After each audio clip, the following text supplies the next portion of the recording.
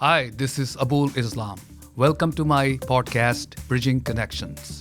In this episode, we'll talk about resiliency, sustainability, and equity.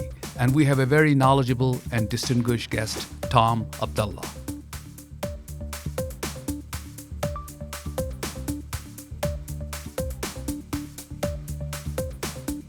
The unprecedented global challenge of climate change is a rude awakening. Frequent coastal flooding, hurricanes, storms, and storm surges, and wildfires is a stark reminder that conventional design of our physical infrastructure on past data is inadequate.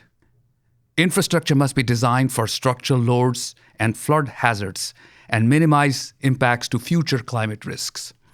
Resilient design of our physical infrastructure is as important as resilient communities. Decarbonizing, net zero emission goals, renewable energy, electrification, and mass transit are key elements of a sustainable future. And how do we address the big question of equity? Vulnerabilities of low-income and disadvantaged communities, the social and economic and cultural challenges that they face disproportionately due to climate change. We'll talk about all of these interesting topics with our distinguished and very knowledgeable guest, Tom Abdallah. Tom, welcome to Bridging Connections podcast. Thank you. Thank you for having me. I'm going to read out a quick bio of Tom. Tom Abdallah, professional licensed engineer, lead AP, is a professor at Columbia University in the Sustainability Management Graduate Program. He is the proud author of the book Sustainable Mass Transit Challenges and Opportunities in Urban Public Transportation.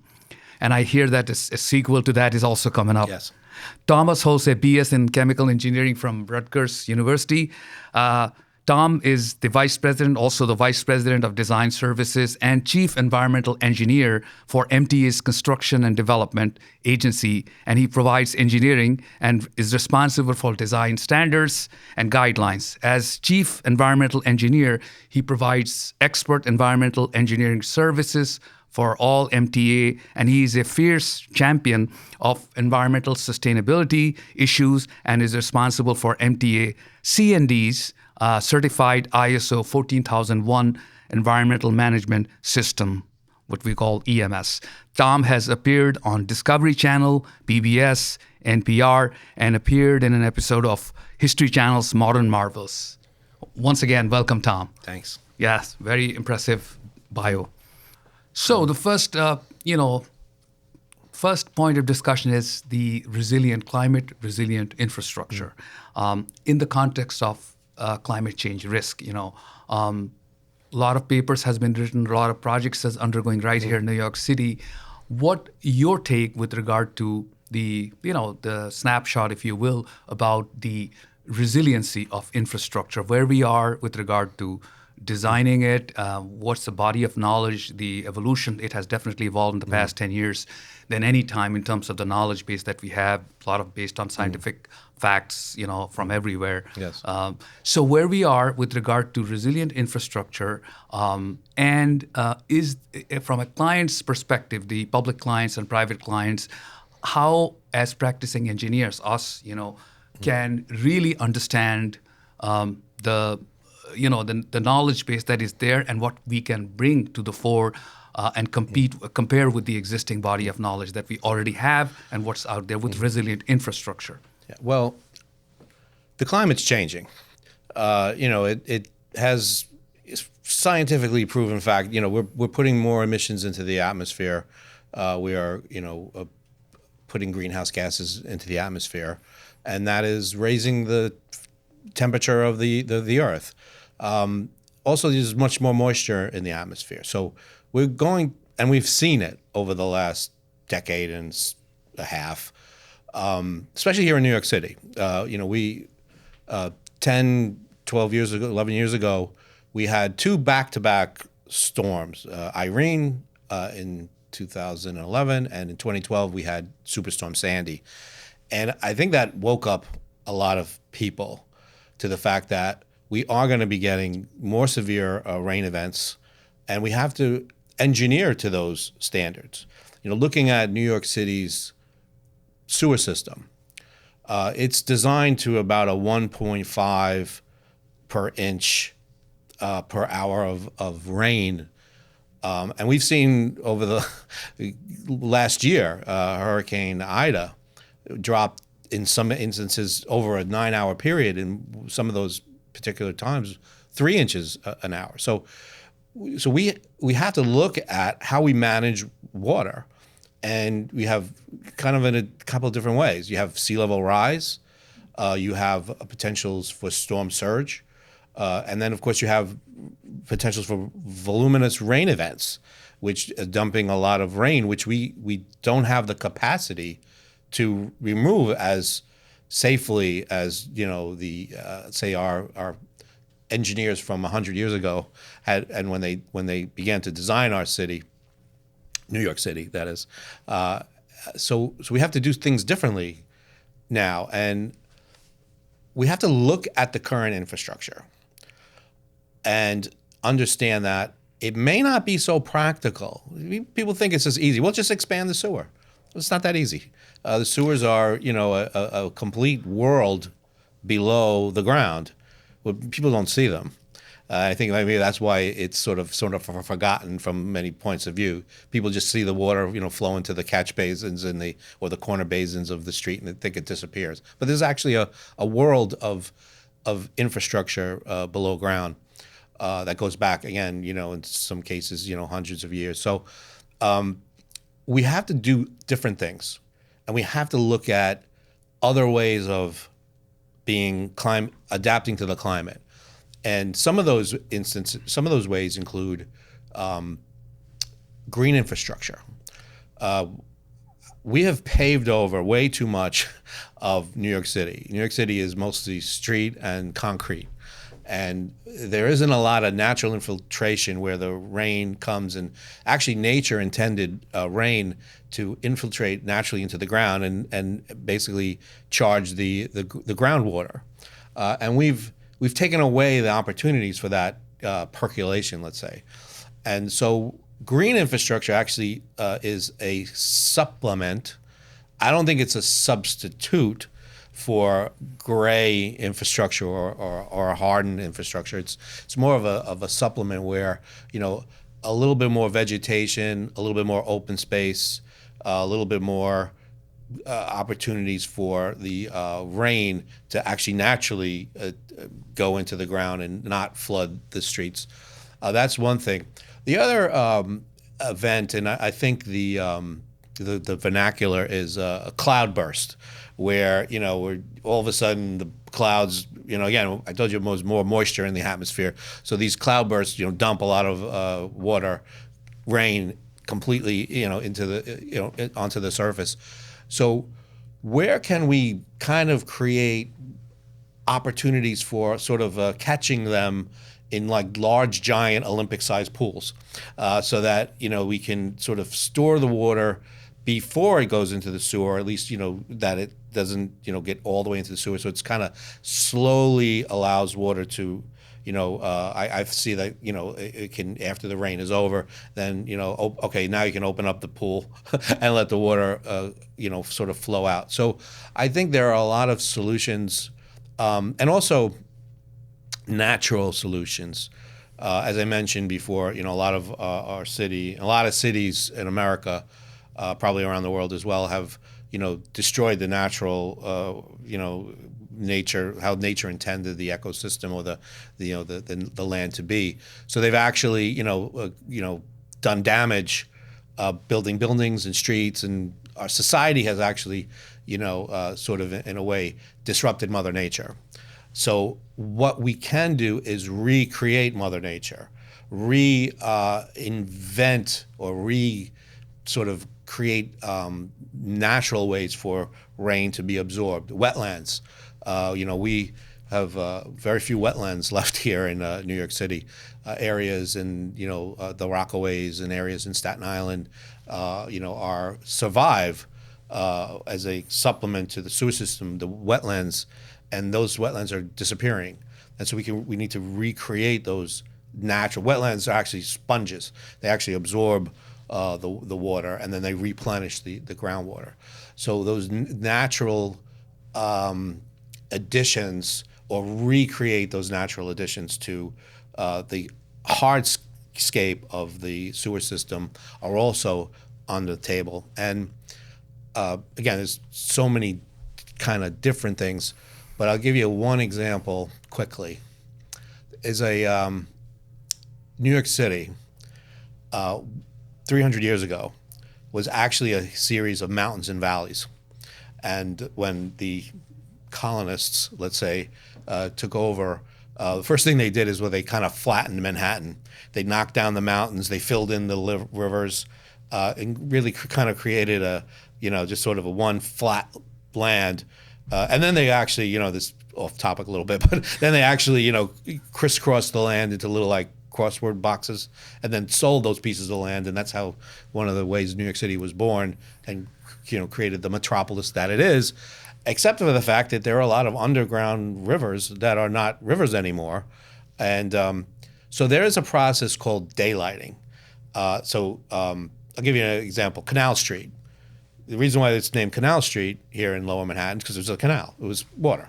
And so there's actually underground streams running that have been sort of paved over and blocked.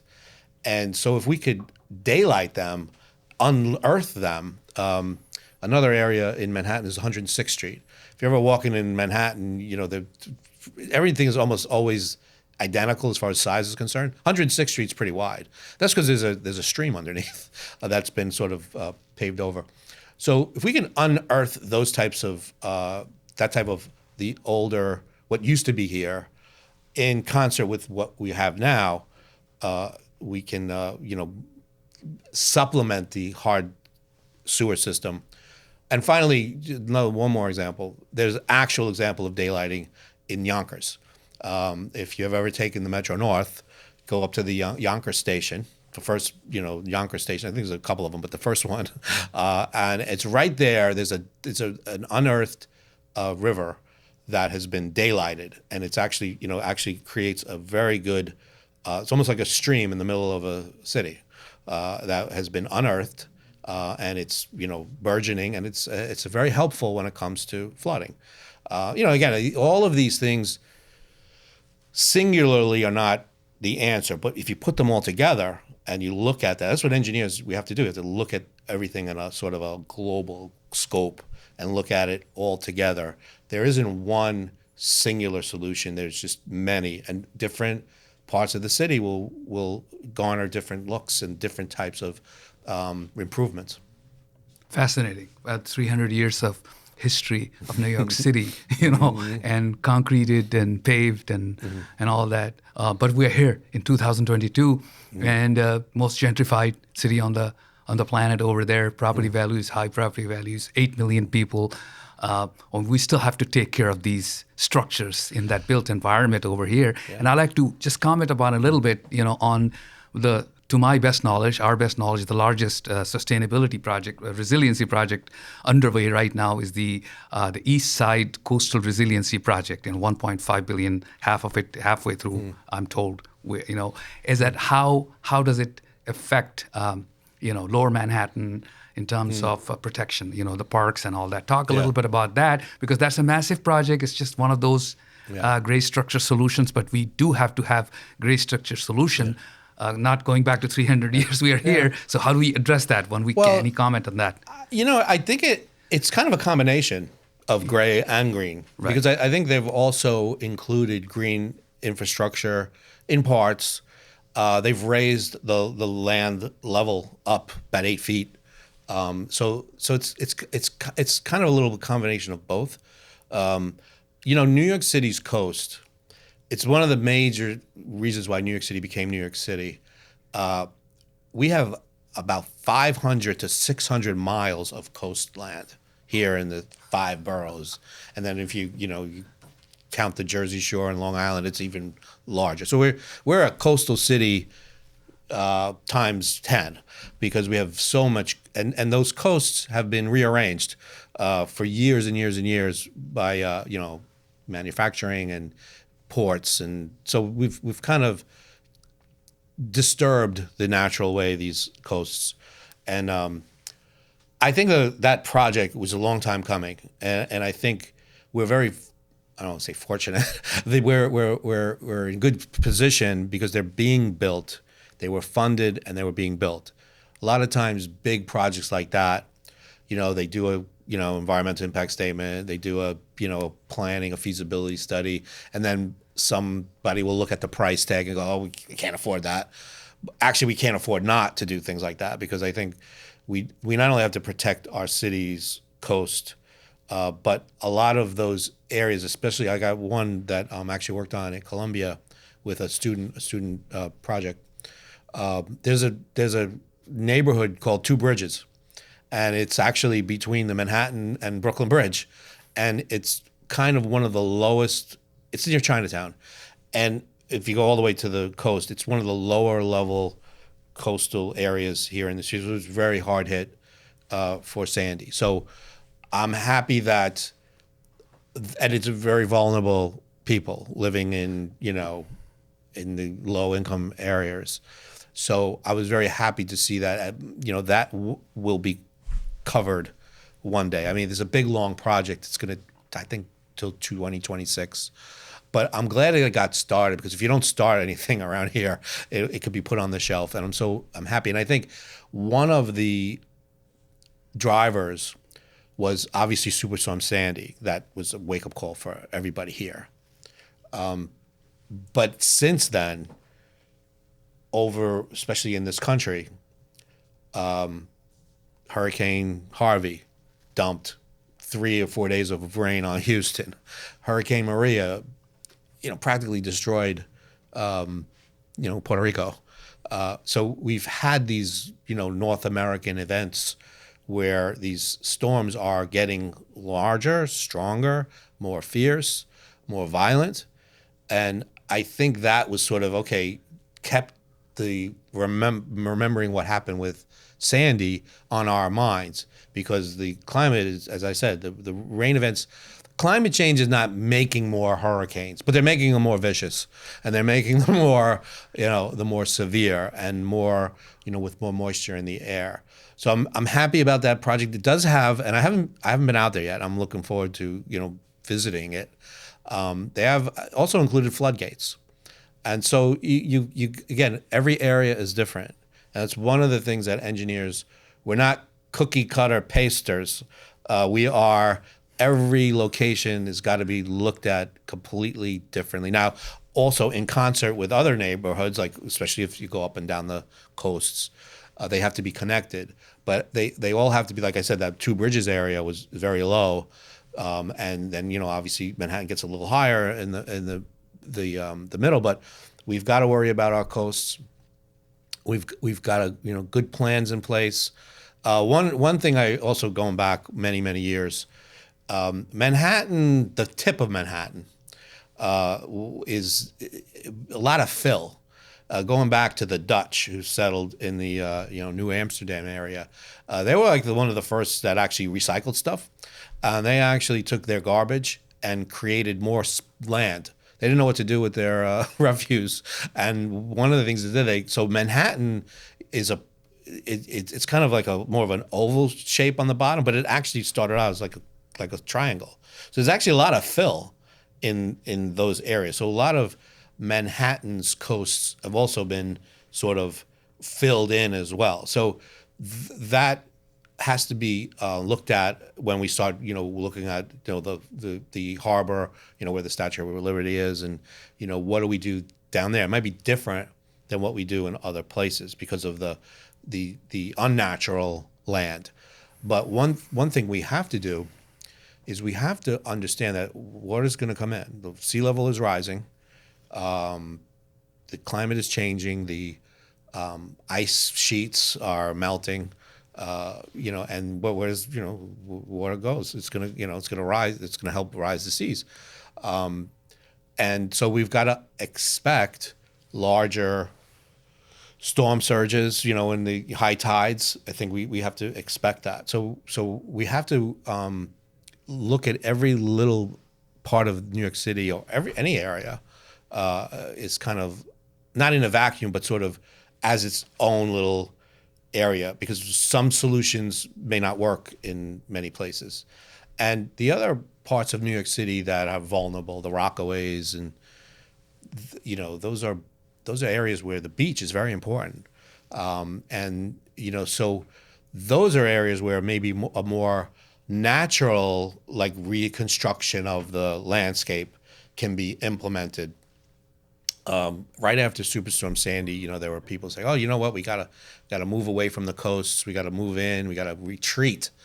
And as a native New Yorker, no, we're not going to retreat. We're going to learn to, figure out, or at least in my opinion, we should learn to live with the sea level rise and potential storm surge and manage the water. Water's going to come in, and we're going to have to figure out what to do with it. That's why a total floodgate, won't work, because the water's got to go somewhere. And that's why, more natural attenuating infrastructure, wetlands, areas where, we can, allow water to come in, and even retrofit some areas like parks. I grew up in New York City, so I've played in playgrounds my whole young life. And I recall a basketball court down on Shore Road, down in Bay Ridge where I live. It was sort of also an area where the kids would also, during the summer, have the sprinklers on. So it was kind of in a bowl. So I visualize like that type of infrastructure where we can sort of convert a basketball court into sort of a catch basin, or a tennis court, or something. So obviously during a bad rain event, nobody's playing basketball or playing tennis, so they could actually convert those types of infrastructure into sort of like catch basins, so that it doesn't run into the sewer system. Also, the sewer system is also connected to wastewater treatment plants, and they also have a capacity. And there's just so many wastewater treatment plants that we have, and so on a regular rainy day, they get overburdened with the flow of rain, especially from like combined sewers. So you have a lot of the different moving parts when it comes to moving, not just worrying about storm events, but worrying about everyday events. When I leave my house in the morning after a rain, first thing I do see is the corner sewers. They're all usually covered with debris. And so that's another thing we can do even before we start, rearranging the infrastructure. Let's keep New York City clean. If you throw something out that doesn't make it into a trash basket, guess what? Or it's either going to wind up in a sewer, or it's either going to clog the sewer, or it's going to wind up in one of our, East River, Hudson River, the harbor. It's going to wind up in the water somewhere. So from an environmental point of view, it's always good to keep our city clean. And also, in addition to expanding or at least supplementing our sewer system, we also need to clean it out. I've never been in a sewer in my entire life, trust me, but I just somehow tells me that that a good cleaning, and that's maintenance, and that's about hiring people. And the one good thing about hiring people is they're working. They're getting groceries, they're buying, they're putting money back into the economy. So I'm a big advocate of hiring a lot of people to do things that are very necessary, so, sort of like cleaning out the sewer system. Absolutely. No, the climate risk management that is the buzzword these days for many large public agencies having a lot of physical assets, GIS system management system, is the maintenance that you just touched upon. That it's just not the design. It's just maintenance, the inventory of the infrastructure, the monitoring of the conditions of the infrastructure on real-time basis. All of them as a system combined together for a large owner like MTA or Port Authority, and that will provide them a lot of protection. In any case, the science of resiliency is uncertain. As you know that we can't follow the minimum loads or minimum criteria for elevation design in coastal cities like New York or Boston, because they're inadequate, and their data was based on 50 years ago and all that. And that also presents a huge challenge for practicing engineers when they're designing stuff, big stuff for the clients as to what are the parameters that you will need to.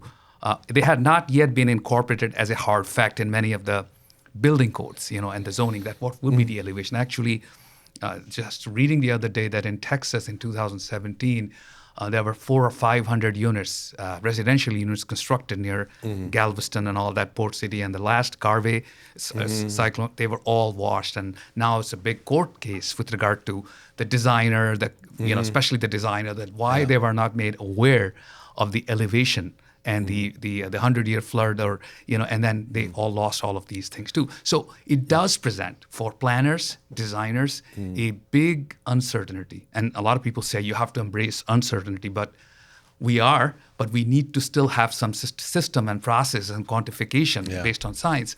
So what is your comment on that how the design practice and the FEMA maps identifies 1% chance of a 100-year flood that engineers have historically used for the last decades in designing structure right by the coastal areas. How this practice will evolve and change? Yes. Well, I'm going to go back in time.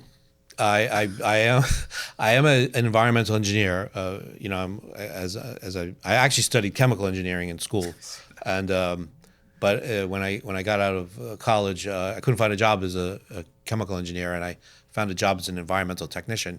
And then I got the job with the MTA as an assistant environmental engineer, and I've been there ever since. Became chief in 2004, and then recently became vice president of design services, and maybe change the name, maybe change to engineering services as we're talking about, because we do more than just design.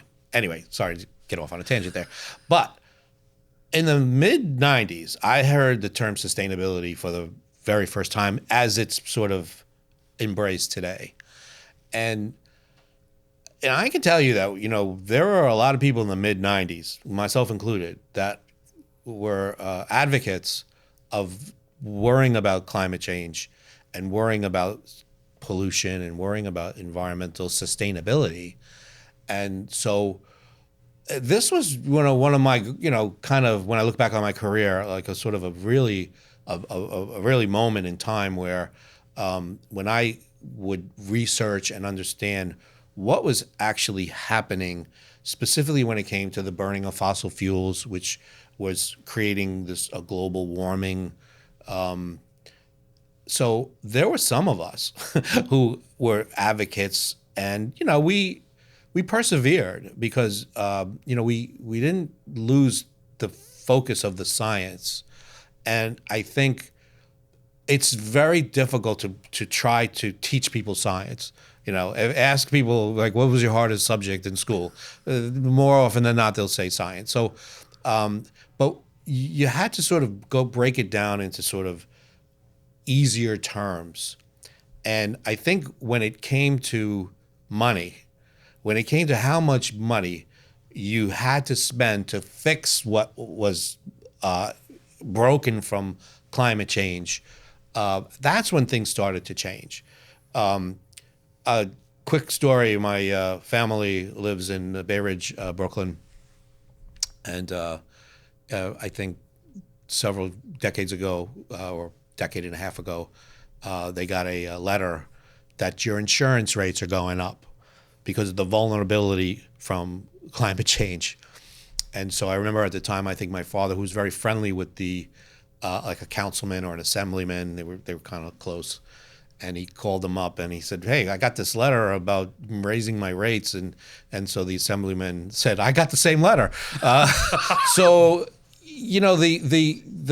the insurance people recognized what was happening, and I think the impact of Superstorm Sandy, specifically on the subway system, I think was one thing. I think the photos, the visuals, people started seeing. Now again, these visuals may have been, the advent of the smartphones and the, where we have cameras and video on, on ourselves, and but I think the visualization of seeing all this water flooding major subway stations shutting down the system. One of the things about MTA is we don't shut down. 24 hours a day, 7 days a week. Hurricane Irene, Hurricane Sandy, Hurricane Ida, that has changed all that. We realize, or people have realized that, especially when you get weather reports like, you see these large storms, bearing down on your city.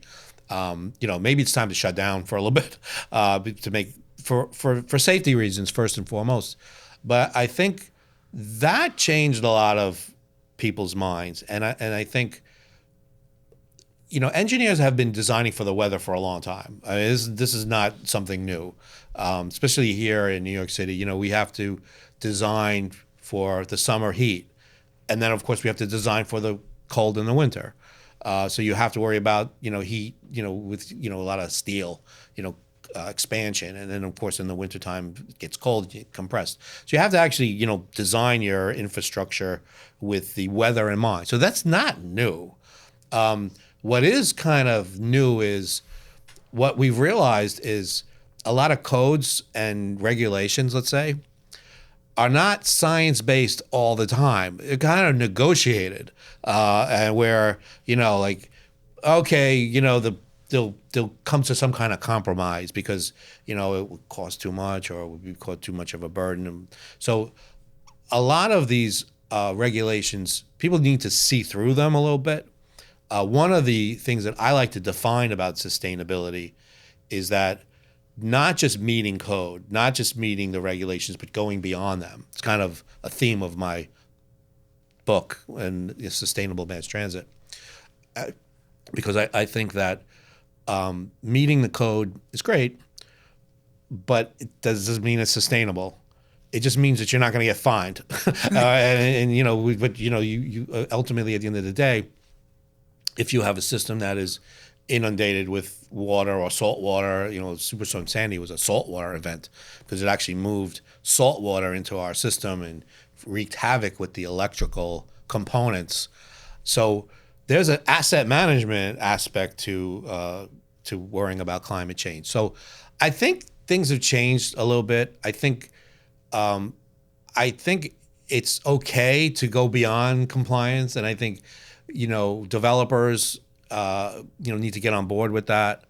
I think the public agencies have gotten on board with that, and I think that's where a lot of the big infrastructure will begin. And I think a lot of developers or contractors who work on Port Authority or MTA or Department of Transportation, they're the same ones that do private stuff, and I think they kind of learn by working with what to do, what the right thing is to do, because we in the government we're not allowed to break the law.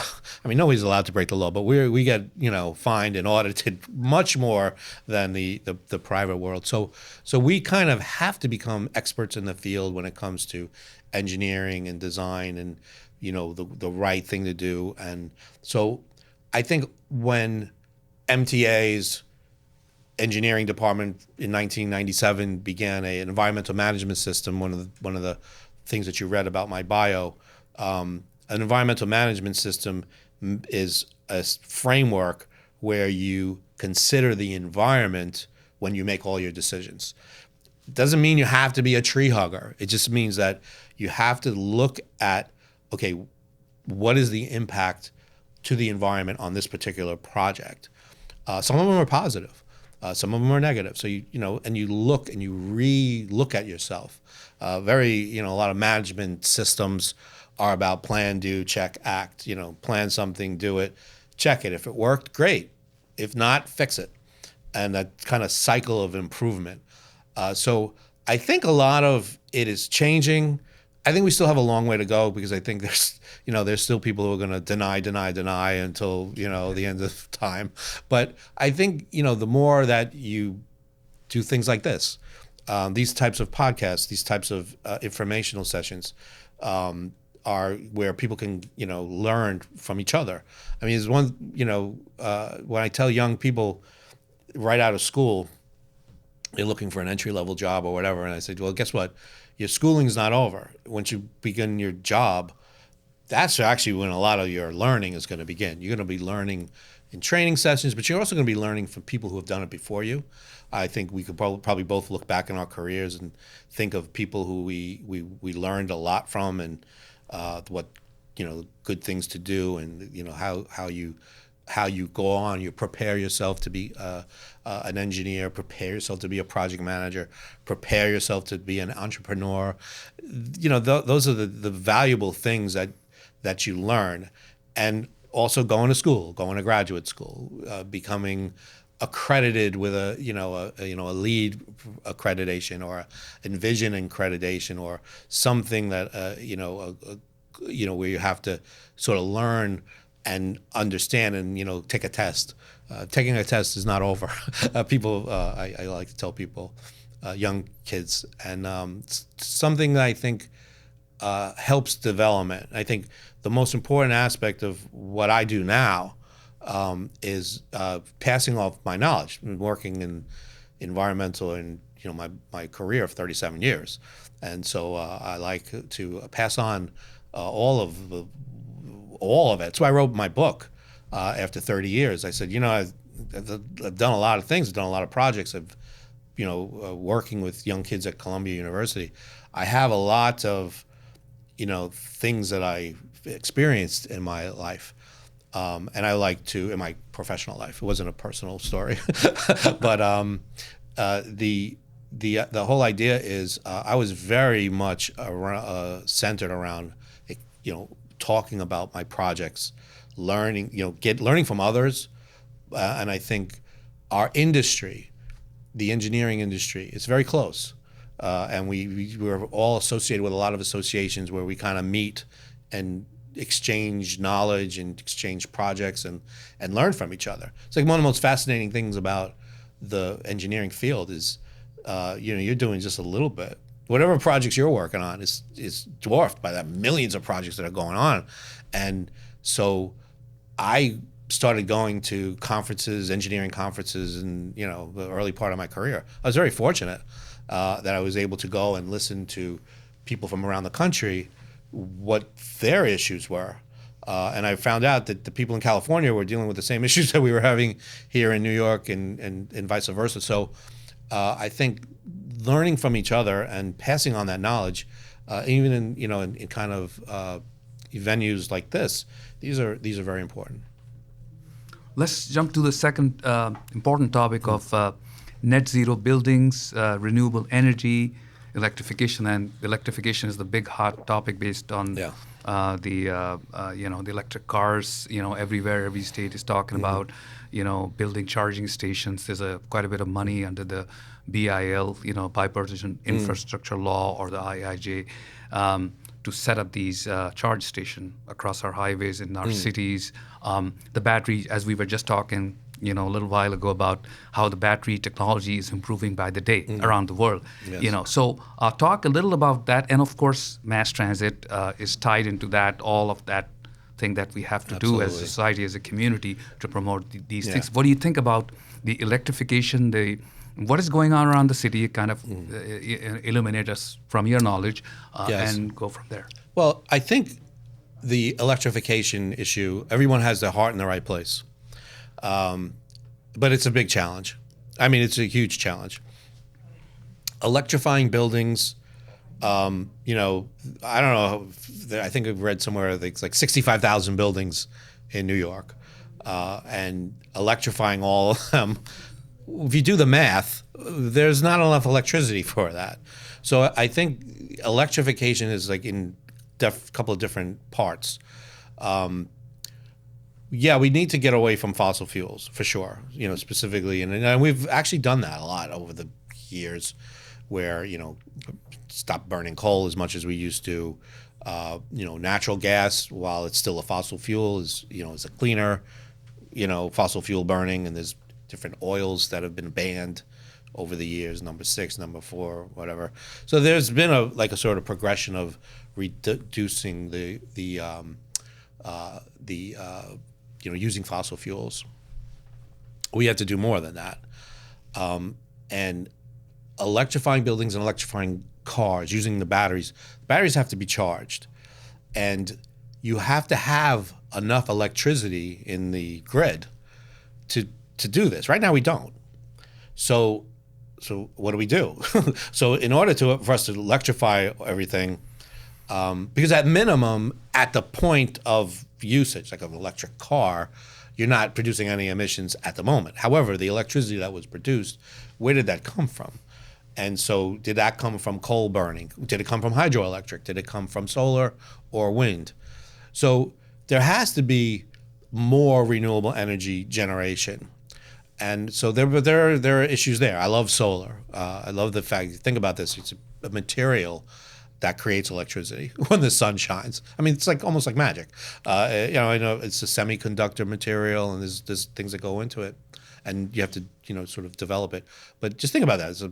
It's a panel that you can create capture an electric circuit. So it's amazing when you think about it. But it takes up a lot of land. It takes a lot of space right now. At the moment, and I think in time, hopefully the solar panels will become smaller, but create as much of the electricity as a larger panel. We're not there yet. So solar farms are great. Wind, anytime you can spin anything, you can create electricity. You spin magnets around on a copper wire, you can create electricity. So when you think about things that spin, wind turbines are a perfect example. But again, same thing, it takes up a lot of space. If you've ever seen a photo of a wind farm, it takes up a lot of space, almost like the size of a farm. That's why they call them that. So solar and wind, which are fantastic, I think in order for them to become more viable, you have to hook them up to some kind of energy storage system. A, because it's not always sunny, and B, because it's not always windy. But when it is sunny and it is windy, create that energy, put it in batteries. I think batteries are an evolving topic. It's a concept that goes back hundreds of years, but it's actually something where our batteries are getting smaller. There's tiny little lithium batteries in our smartphones. So the battery research, development, and progression is ongoing, and I think we're going to get there. They also, the metals and the rare earths and the solutions that you need for batteries. Where do we get them? That is a big topic of. We could have a whole conversation about supply chain, where those materials come from. But there are also different kinds of batteries. There's the capacitors, which use an electromagnetic field. There's flywheels. In my book, I researched different battery types. And as a chemical engineer, I kind of understood the battery, the cathode and the anode and the back and forth there. And even the supercapacitor. But there's something called a flywheel. It's very difficult science to try to figure out how you use a sort of a motion and captures energy. But trust me, it's there. So there are different types of batteries that are progressing, and I think that addition to solar and wind is sort of a solution, a future solution. I mean, it's going on right now. There are many places. Like if you ever, you're right around here. When I was walking down the block to your place here, you look at the city bike. And you see like the vending machine, there's a solar panel. So really that is a solar panel connected to a battery that, creates the energy necessary to lock the city bikes in. And when you come with your key, you can unlock it. So there are little microcosms of what I just said, renewable energy plus a battery. We just have to do that on a larger scale so we have enough energy to electrify everything. And that's going to take a lot of time. And again, I don't think there's any one solution to sustainability or decarbonization as well.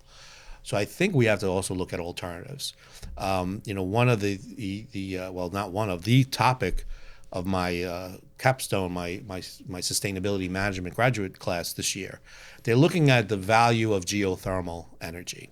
And geothermal energy, again, is a sort of a not as widely known as solar and wind. It's where you kind of use the energy from the earth, geo, the earth, and thermal meaning heat, that there is ways to value the below ground energy, and with sort of a ground heat pump, where instead of where an air conditioner exchanges air from the outside of your house, it makes the inside cooler. It's kind of like, instead of using that exchanging with the groundwater.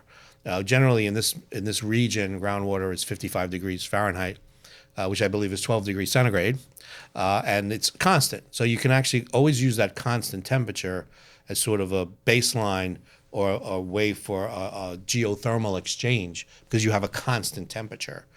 So if you can lower the temperature of something that's higher, or raise the temperature of something that's lower, and you can use water, you can use a refrigerant.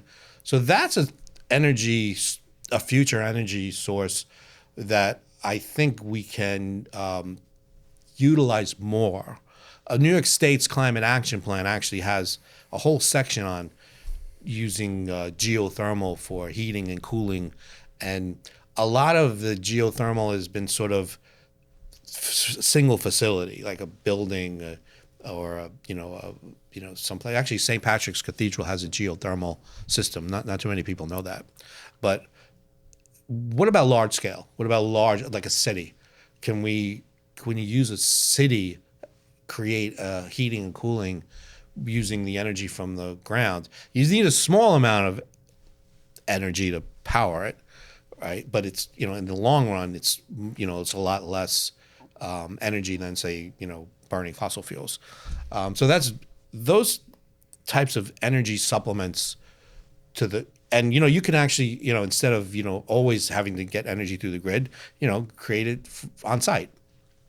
And I think one of the other final, well, I don't think it's the final. I just think one of them that I've researched. I think hydrogen. I think hydrogen is a fuel. Hydrogen is the most abundant element on the planet. The only problem is it doesn't come as hydrogen. You have to either extract it from water, or methane, or some kind of fossil fuel. But you can actually use hydrogen in a fuel cell to power buildings. There are fuel cell buses. So I think there are another future renewable energy, so to speak, or non-fossil fuel energy, I should say, is in hydrogen. So there's a whole. It's great. It's one of the things I tell young people all the time. You're in a great position now, because the challenges that you have are amazing. And I think one of the things that I think bring people to become engineers is the challenge.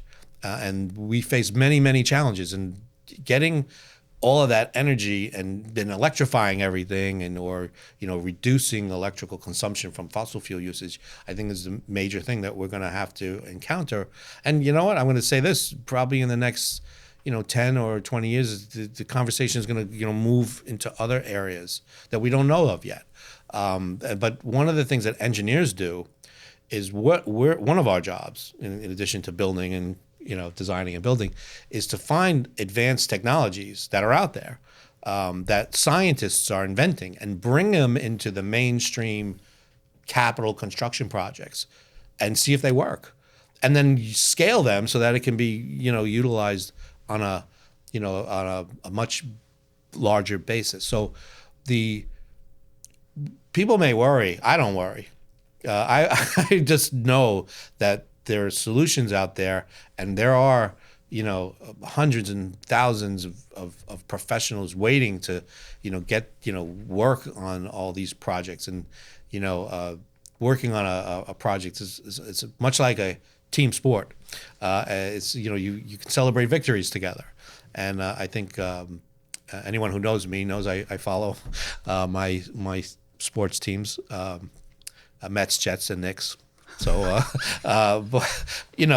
so we, it's kind of like a team effort. No one ever told me that in college, by the way. I was never told in college how much fun engineering would be. Or maybe it's just me. I just like to have fun wherever I go. I don't know, but I like the challenge of these major challenges that we have ahead of us. I think it keeps us going. Yeah, very inspiring, Tom, to hear from you, the inspiring young people, your students, and all that, because if you look at the whole picture, like you're saying, that alternate sources needs to be used, be practical. You can't just switch overnight. We still have no more than 10% of the renewable. 90% still or thereabouts is still come from conventional fossilized fuels. So there's a lot of work to be done, and that's a huge challenge to the young people, the bright minds, to take on and come up with some really cool storage technology and smart grids and whatnot. We still have a lot of work to do because the renewables only account for just 10% or less with regard to the total energy consumption, especially cities like New York City. Right. So much demand, energy demand. I'd like you just to talk about mass transit a little bit and how what has happened. You mentioned about buses and how they are powered right now. I don't know. I know in Connecticut they do a lot of those hydrogen fuel cell powered buses. And there's a lot of buses in the city, in 5 boroughs, and doing a great job of providing transit and support for the entire New Yorkers. Any plans, improvement plans to expand and upgrade the mass transit? Absolutely. I think not only in New York, but around the world and around the country, the proliferation of electric buses is exploding. I wrote my edition 1 of Sustainable Mass Transit and completed it in 2017. And in that book, I talked about the future of will be all electric bus fleets, and it happened. And specifically in transit agencies in California, there are many that are completely electric now. So it's happened. And again, I think the biggest barrier is not the electric bus, it's the charging infrastructure. But I do also believe that to push the electric vehicle industry and the electric charging industry, public agencies like MTA, Port Authority, Philadelphia's Mass Transit, all of those government agencies, even like sanitation departments and police fleets, we should move our government fleets to electric first to sort of push the industry. And I'll tell you a quick story. In 1996, MTA was one of the first agencies in the world to employ hybrid electric buses. This was sort of an electric, it had a battery. And sometimes that battery was charged by a fossil fuel motor. So there's different kinds of hybrids. But the main thing, it ran on both diesel and battery. 1996, we had 10. In 2006, we had 1,000. So the MTA actually moved the needle on hybrid buses, and they evolved over the years. They were, in the beginning, you have all kinds of issues, and how far can they go? What about the turning radiuses and all the maintenance that were involved in? The government actually funded studies to study the MTA's hybrid buses, and everyone read those studies, including all the Chevrolets, the Fords, the GMs, the Audis, all of the motor car manufacturers took a look at that data, and so in 1996, the only electric or hybrid electric vehicle I knew of was the Prius, Honda Civic, I believe. There was just 2. 10 years later, every automotive place had an hybrid electric vehicle. Now, 16 years later, everyone is manufacturing an electric vehicle, and I think so. So the future is there. But I think there's so many things that we've talked about, the infrastructure, the amount of energy that is necessary. It's not there yet. But I think, combining all of that with renewable energies, the geothermals and hydrogen and so on and so forth. So I think one of the sustainability solutions that I think mass transit, specifically buses, buses are the larger. More people take buses around America. In New York City, it's different. People take the train here. About pre-COVID, around 6 million people take the train. About 2.5 million people take the bus. But in other parts of the country, buses is the larger of the commuter. So there's a lot of people who take buses. And so anytime you can get people out of their single-driven cars into multi-passenger vehicles, even a diesel bus or a natural gas bus, you're still doing good by the environment. And so mass transit is the most sustainable solution a city can employ to reduce greenhouse gases and toxic emissions. And it's one of the reasons why I was kind of really in a good position as an environmental engineer growing up in the MTA, because I'm already working for a sustainable solution. So the sustainability solutions that we included in our systems, in our capital projects, LEED buildings, rainwater collection, green roofs, hybrid electric vehicles, now electric vehicles, regenerative braking. I mean, these are the solutions that not just mass transit. My book, Sustainable Mass Transit, is not about MTA. It's about the entire transit agencies around the world. It's about sustainable mass transit. Now, if we were in Europe, they would call it sustainable mass transport. But here in New York City, I grew up with the term rapid transit. So that's why I preferred the term sustainable mass transit, as opposed to the rest of the world might think of transit as transport. It's all semantics. But the point is, it is the most important aspect of sustainability, or one of the most important aspects. And I'll give you one good reason why. Because you don't have to be a scientist, engineer, or anybody to ride the train or the bus. If you want to do your part for the environment, and again, I'm not advocating driving. I own a car. I drive. I've been driving since I'm 16 years of age, and I'm 60 now. So I've been driving. We drive. But I take the train and the bus in the morning, and I take the train and the bus in the afternoon. And I think the most, to me, I think one of the things that I work on, and I've been working on it, is I like to see anybody wake up in the morning and get into mass transit, not have to drive anywhere. I know it's very difficult to say, especially in car-centric cities, outside of the major cities like New York and Boston and Philadelphia, Chicago, and in a way Washington, D.C., where it's actually mass transit friendly. A lot of other cities are not. They're more car-centric. One of the things I've learned over the years is, Los Angeles Metro, believe it or not, is one of the more sustainable entities in the world.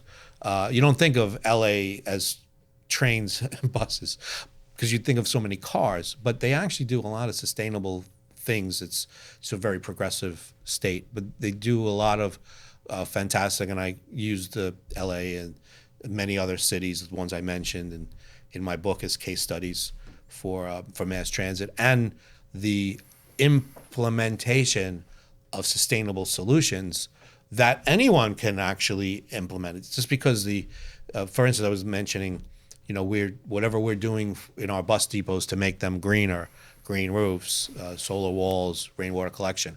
Well, the Postal Service has big giant facilities where they have all their postal vehicles, or your UPS, or the sanitation.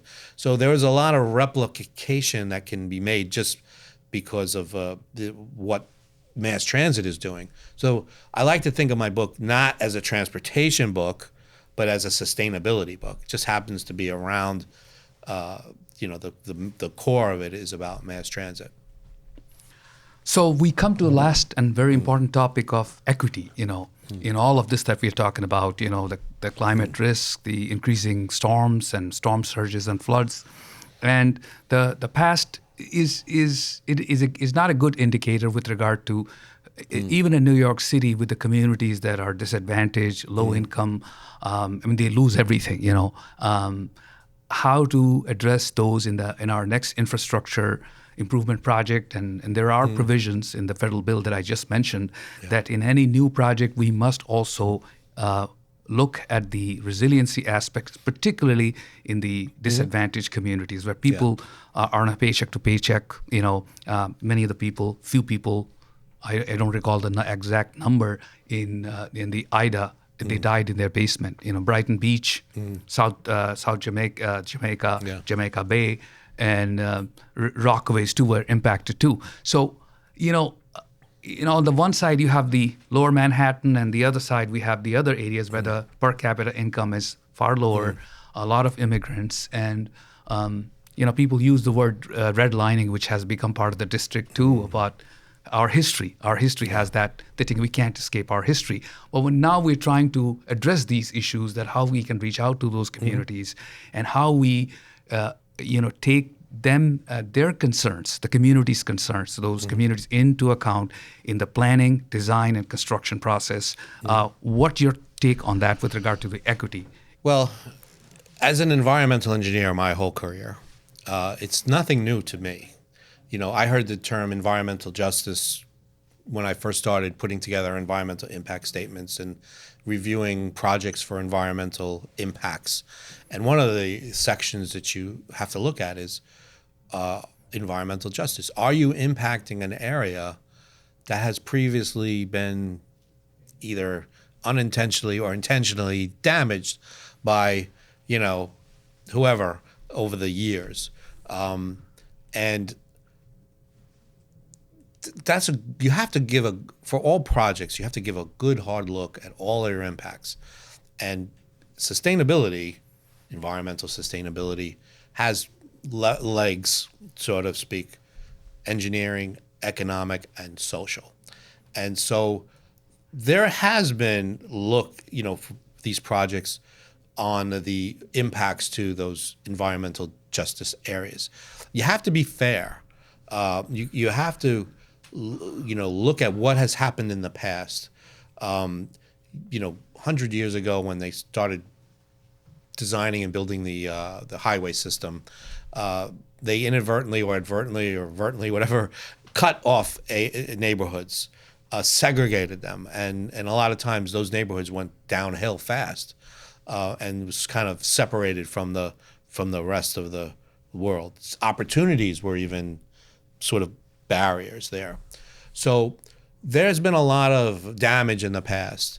And so what equity is we have to look fairer. We have to make sure that funding is fairly divided, not where the squeaky wheel is. It's where it's fair. And as someone who has reviewed projects for environmental justice, there's so many things you have to take into consideration. I'll just give you, a couple of quick examples. If we're rehabilitating a station in an area of Brooklyn, there's going to be impacts. The station is there. We're not doing anything unfair because the station it is where it is. So it's kind of like, okay, we looked at it. We're going to do the best we can on mitigating any impacts. I think it's one of the things about environmental impacts is that you have to look at impacts not only to the environment but to people and into social. And are you blocking a school, or are you going to be doing construction that is going to, cut off a lane of traffic and create hazards for people? And so we look at that. But if we're citing a bus depot, where one isn't, then you have to maybe look at, okay, is there 5 other bus depots in the area? Is this particular neighborhood overburdened by different facilities? Looking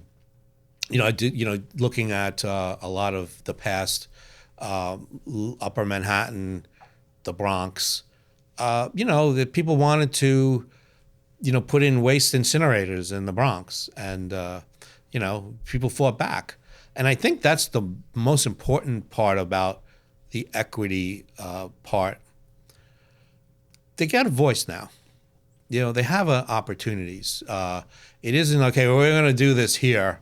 We don't care what you think. But now the rules and the law says, hey, you have an opportunity. Here's the project.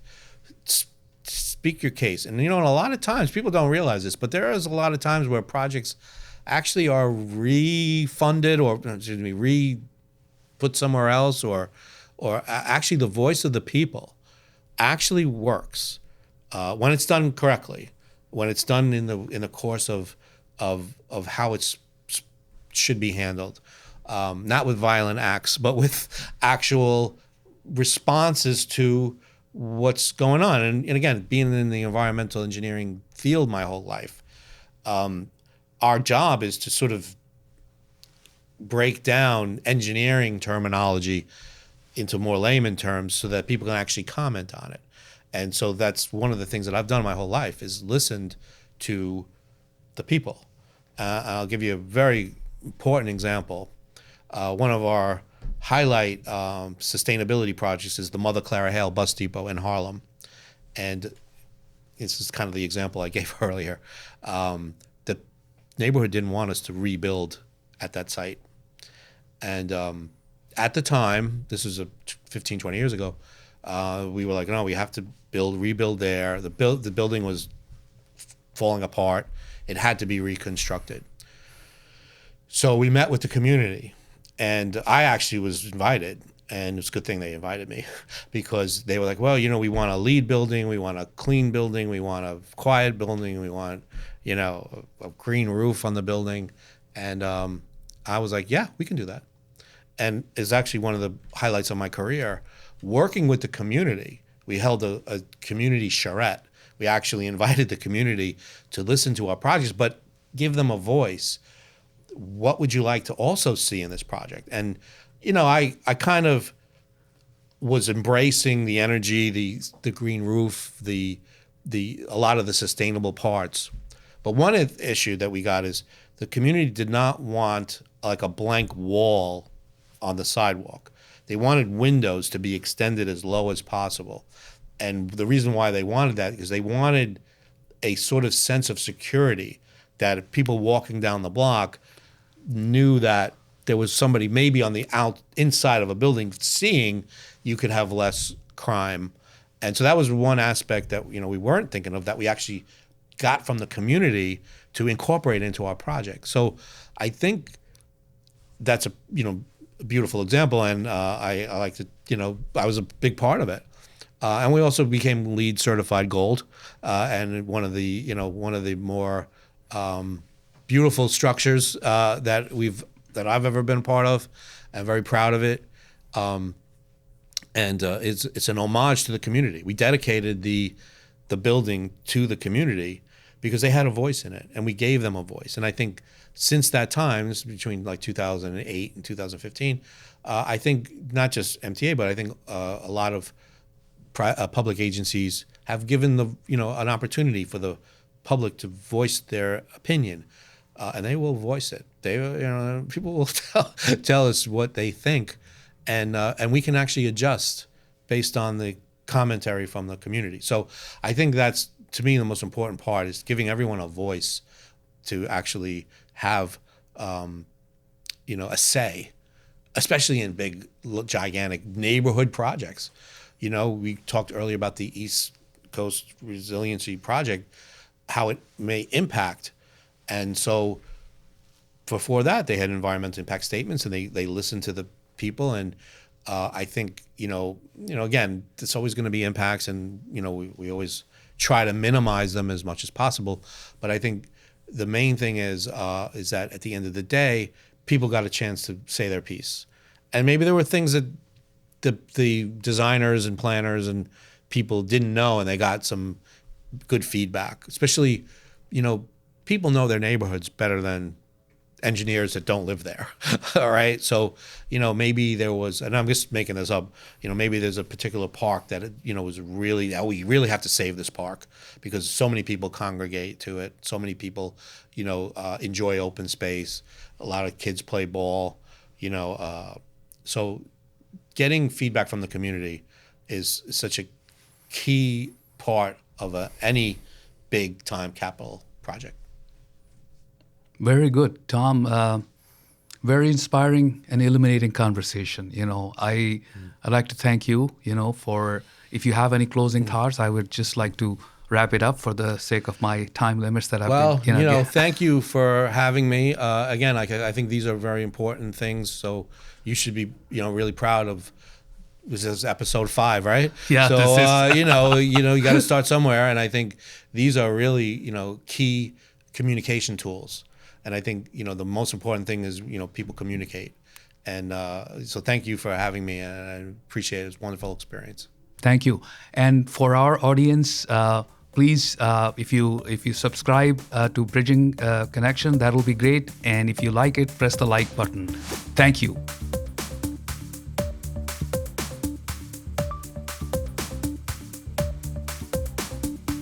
The Bridging Connections podcast is brought to you by AI Engineers.